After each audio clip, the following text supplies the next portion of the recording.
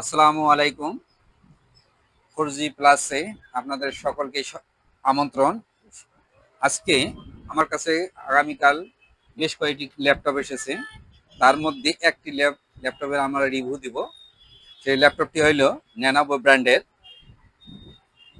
ন্যানোভো আইডিয়াপ্যাড 110। এর প্রসেসর হইল i5 6 generation. SSD আছে 120 জিবি এবং র্যাম 8 জিবি।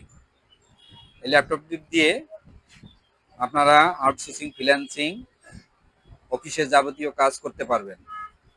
ল্যাপটপটি দেখতে একেবারে নতুনের মতো, এটা সুন্দর।